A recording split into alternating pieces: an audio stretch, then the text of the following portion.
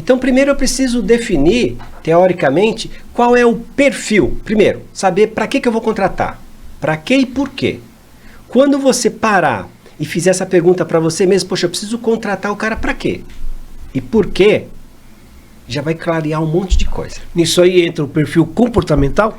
Isso. Primeiro eu descobri, eu preciso contratar um cara para vendas. Certo. Porque eu não estou conseguindo vender, então eu preciso contratar o cara para vendas. É o porquê e para quê. Certo. Aí depois disso, eu venho definir as características técnicas e comportamentais. Ou seja, eu vou fazer uma descrição de cargo e função. Nessa descrição de cargo e função, o que tem que constar? O que o cara vai fazer, como é que o cara vai fazer, além dos requisitos técnicos e comportamentais. Requisitos técnicos, por exemplo, ele tem que ter conhecimento em informática, ele tem que ter qual a escolaridade. E aí depois eu venho para o perfil comportamental. Sim. Qual o perfil para aquela determinada função? E aí, assim, se eu tenho uma função de vendas, eu preciso de uma pessoa com perfil de vendas. E uma das maiores falhas que acontece nas empresas, Márcio, é o seguinte. Vamos imaginar que eu tenho um auxiliar, eu tenho um vendedor muito bom. Mas o cara é bom, o cara arrebenta, ele bate as metas e tal.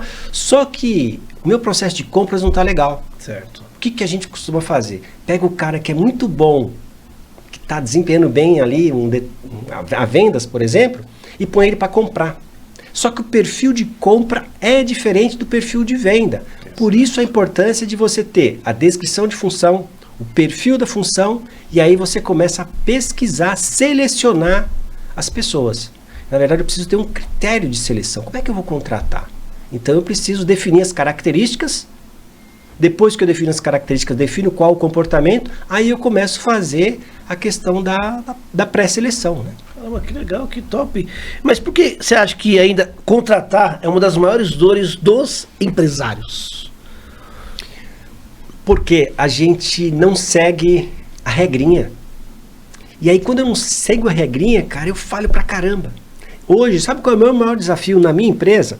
Hoje eu estou precisando contratar 3 pessoas na minha empresa.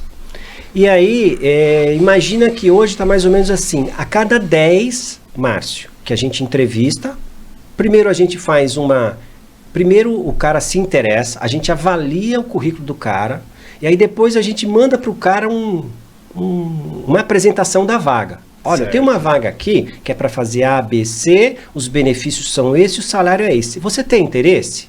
Ele falou, pô, tenho. Aí a gente vai para uma segunda fase.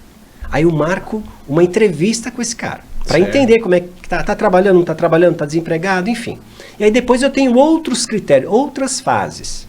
E para você fazer isso, Márcio, demora aí 1, 2 dias. E a gente não tem tempo para esperar. Porque não fez um planejamento para contratar. Então, por exemplo, na minha empresa, a gente contrata o ano todo. Apareceu um perfil, apareceu um currículo, apareceu uma indicação, vai de acordo com as funções que a gente tem na fábrica, ele entra num processo de seleção. Legal. Cássio, mas se você não estiver precisando o cara, você contrata, ele faz todo o processo e eu deixo ele na espera. E geralmente eu tenho um para mandar embora. Então eu contrato um e troco no outro. Mais ou menos assim que funciona na minha empresa. Isso as empresas não têm. Eles pensam assim, olha, eu vou deixar aumentar o volume, eu vou deixar acontecer algo para contratar. E o processo de contratação, como eu disse, tem muita gente no mercado, você precisa selecionar muito para achar o cara para cumprir o seu perfil, o seu critério. E a gente não tem paciência, contrata nas pressas. Então, categoricamente, hoje você pode dizer assim que o erro, o problema, né, que podemos dizer assim, está na pessoa contratada ou no processo de contratação? Eu vou dizer a você o seguinte, que não existe pessoa ruim. Não existe pessoa ruim. Existe falta de critério na contratação, é isso mesmo. A gente fala, eu preciso da pessoa certa para o lugar certo. Para eu contratar a pessoa certa para o lugar certo, eu preciso primeiro saber o que eu quero e o que eu preciso. Boa. Aí eu vou selecionar e vou contratar a pessoa certa. Então, essa questão, funcionário é tudo ruim. Não, cara. Eu vou falar para você que esse critério, que esse processo de contratação não é de agora. Isso aí é de Jesus. O que ele fez? Ele contratou 12, não foi? Ele contratou os 12 mais esforçados? Não, ele contratou os 12 melhores e aí desenvolveu, treinou, capacitou, qualificou, um caiu fora e ele manteve aquilo. E a gente costuma contratar quem? Os mais esforçados. Exato. E muitas vezes os mais esforçados não vai trazer o resultado que você quer. Essa é a grande... Então não é de agora isso. Já é de muito tempo atrás, né? Na época de Jesus. São dicas importantes para você que é médio empresário, seja qual for, você que vai contratar, porque hoje eu vejo essa dor muito latente, né, na vida dos empresários, Cássio. E assim, como é que um empresário ele pode perceber rapidamente que ele fez uma contratação errada? Poxa, contratei, putz, foi indicado, me lasquei, algo assim. Tá. Olha só, quando você contrata o cara, geralmente a gente contrata e acha que a pessoa já sabe desempenhar aquela função. Então vamos dar um exemplo de uma função. Tá. Um exemplo aí. Almoxarifado? Almoxarifado. Contratar o cara para almoxarifado porque ele já tem um histórico do almoxarifado. Certo. Só que a gente esquece, Márcio, que cada empresa tem uma cultura. Legal. O que é cultura? Cultura é o jeitão de ser da empresa, né? Então tem a cultura intencional, que é aquela que a empresa pré-definiu, pré-determinou e tem que cumprir. E tem a cultura não intencional, que é aquela deixa a vida me levar. A cultura da fofoca, do empurra. Aqui é mais ou menos assim, funciona desse jeito, e não. Então, dependendo do profissional que você contratou, o exemplo de auxiliar de almoxarifado, ele vem com uma cultura da antiga empresa, e aí você acha que ele já sabe tudo. E ele não passou por um treinamento. Sim. A gente fala para um onboard, ele não treinou uma integração, né? Então ele precisa passar por essa integração, precisa saber quais são as regrinhas da empresa, e ele precisa saber o que ele tem que fazer. Isso é importante, hein? E aí, à medida que você passa o que ele tem que fazer, você já definiu, olha, você precisa fazer A, B, C e D. E o que você tem que gerenciar? Se ele está te entregando o A, B, C e D. Como é que você faz isso? Monitorando. Um outro ponto fundamental é que a gente muitas vezes não delega, a gente delarga. O que é o delargar?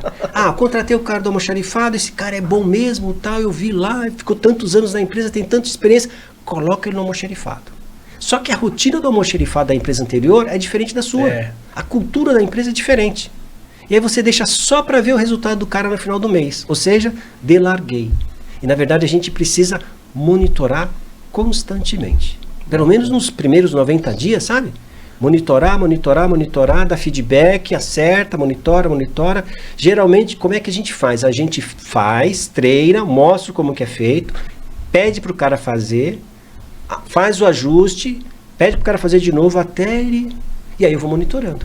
E a gente, muitas vezes, não tem esse tempo para monitorar. Percebe? Se você não começar direito, o processo todo vai dar errado. E eu vou falar para você o seguinte, que isso custa muito caro. Uma contratação errada custa em torno de 5 vezes. Porque eu tenho o custo da seleção, da entrevista, dos exames médicos, do treinamento, das oportunidades não alcançadas. E aí eu tenho que mandar esse cara embora depois de um mês. Se eu contratei esse cara, vou falar um valor fictício por R$1.000, R$2.000 para pagar esse cara, quando eu fizer a conta, vai dar quase 5 vezes. Imagina. E aí, imagina quantos funcionários você dispensou esse ano, 2025. Eu dispensei 5. Se eu contratei o cara por 1.000 e ele custa 5 vezes, 5.000. 5.000, vamos imaginar que você dispensou 10. Vezes 10, R$50.000 foi só de contratação errada. O dinheiro está indo para o ralo. E aí dá aquela impressão, estou trabalhando, estou correndo, tal, e o negócio não vai, porque eu estou contratando a pessoa errada. E muitas das vezes o empresário ele terceiriza essa culpa, né? Mas, Cássio, você falou uma coisa interessante aí, sobre o tempo. Esses 90 dias é o suficiente de eu entender se o funcionário vai dar certo para minha empresa, sim ou não? Porque geralmente as empresas fazem isso, né? 3 meses de experiência, né? É o suficiente ou tem que dar mais tempo ou não? Como é que é? Então, eu acho que depende muito da função. Tem funções, vamos imaginar que eu vou contratar um cargo nível de liderança. 90 dias é pouco. Tá? 90 dias, eu acredito que 6 meses é o ideal para você falar, o cara trouxe a equipe, conheceu a equipe, sabe motivar, sabe conversar, mas os primeiros 90 dias você já começa a ter indícios para um líder. Para um cara do operacional, 45 dias você já sabe, contratei o cara certo. Ou errado. Ou errado. E aí o maior problema que tem é você descobrir que contratou errado, olhar para o seu time e falar assim, caramba, não é esse time que eu queria. Esse não é o time ideal. Caramba. E aí quando você olha, esse não é o time ideal, o que você precisa fazer? Plano de ação rapidamente para começar a trocar. Sim. E muitas vezes a gente olha para o nosso time e fala assim, cara, esse não é o time ideal para eu chegar onde eu quero chegar. É um time para cumprir tarefa, mas para chegar onde eu quero chegar, não. Caraca, você já passou por essa experiência já? Por todas essas, cara. Todas já essas? Contratei por indicação, deu errado, já contratei parente, deu errado, deu briga na família. Tô falando, pô, deu briga na família, entendeu? Caraca, já contratei pelo currículo. Ah, não, agora vai. Cara, e aí a gente foi com tantos erros e acertos, a gente chegou num padrão. Poxa, precisa passar por... Na nossa contratação, sim, precisa passar por 6 etapas. Legal. Então eu tenho que analisar, tenho que verificar, tenho que fazer entrevista.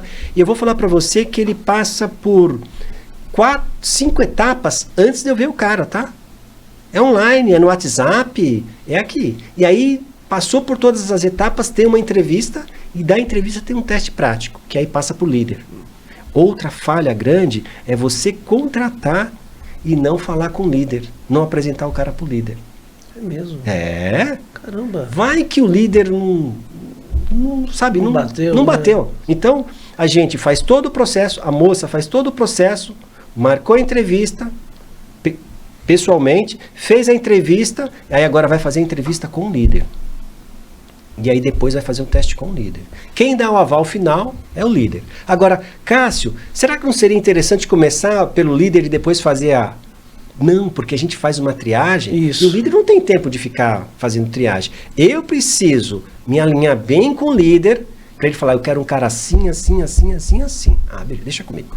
Aí a gente segue. E essas empresas que contratam agências de emprego?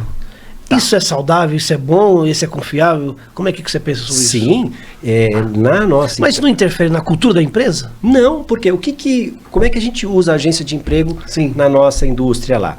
A agência de emprego, ela seleciona, ela tem muito mais currículos que o nosso. Certo. A gente passa para ela um perfil, a gente passa para ela uma faixa salarial, certo, e o nosso plano de benefícios de carreira. Aí ele fala assim, olha, Cássio, eu tenho esses candidatos. Ela só me entrega o currículo, no nosso caso. E aí, a minha equipe lá faz uma triagem daqueles currículos. E aí, depois que eu faço a triagem, a gente faz todo o processo de contratação. No nosso caso, quem contrata não é a agência. A agência é um canal, sim, de indicação do candidato. Tá, agora, e para a agência que contrata, não tem diferença também, desde que você passa para ela de forma clara quais são os seus critérios. Entendi, agora eu entendi. Então você dá mais ou menos, você passa para a empresa, ó, eu quero funcionar dessa forma, ele vai ganhar X valor, vai ser você vai passar para ele todas as indicações do seu tipo de funcionário que você quer. Isso. E aí você vai fazer o quê? Você vai economizar tempo.